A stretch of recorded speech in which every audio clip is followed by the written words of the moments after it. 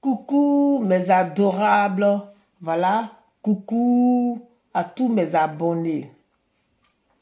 Aujourd'hui, notre thème, c'est la drépanocytose. La drépanocytose, qu'est-ce que c'est?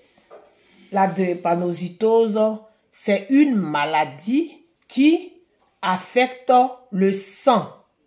Voilà, qui affecte les globules rouges. Et ça crée l'anémie. L'anémie, elle peut être aiguë ou chronique.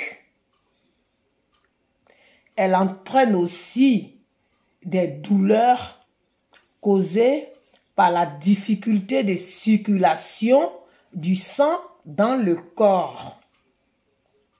Elle entraîne aussi la difficulté de circulation de l'oxygène dans le sang. Donc, du coup, cette maladie, elle fait peur. Elle fait ouverture à toutes sortes d'infections. Voilà. Donc, du coup, pour celles qui vont faire des enfants récemment, voilà, qu'ils fassent le test de drépanocytose. D'accord? Et aussi, pour ceux qui n'ont pas encore fait, ou pour ceux qui n'ont pas entendu parler, mais je pense qu'on a déjà tous entendu parler, hein, voilà. Mais pour ceux qui n'ont pas encore entendu parler, qu'ils aillent faire les tests, voilà. Ces symptômes ces symptômes, voilà, c'est la fatigue. C'est-à-dire, quelqu'un qui est drépanocyté même là, il ne doit pas aller jouer le foot. Voilà. Ou, s'il joue le foot, il ne doit pas trop s'y donner. Il doit jouer un peu et après se retirer. Voilà. Il doit boire assez d'eau. D'accord? Et il doit avoir une alimentation. Voilà. Un régime alimentaire. Voilà. Il doit aussi être suivi médicalement. Et maintenant, quels sont, voilà, les traitements,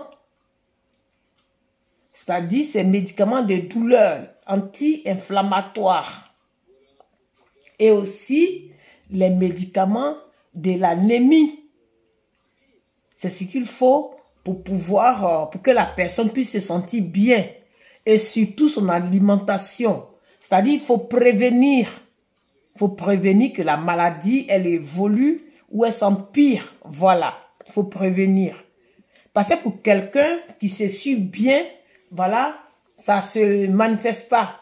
Ça peut quelquefois avoir des symptômes, voilà, mais ça ne se manifeste. Quelqu'un qui ne se suit pas du tout, c'est là que ça se manifeste, d'accord? Et quand ça se manifeste, quand ça devient pire, la personne peut avoir problème de muscles, d'accord? La personne peut avoir les douleurs dans ses os. La personne peut jaunir. Voilà, il y a plusieurs choses. La personne aussi a besoin de transfusions.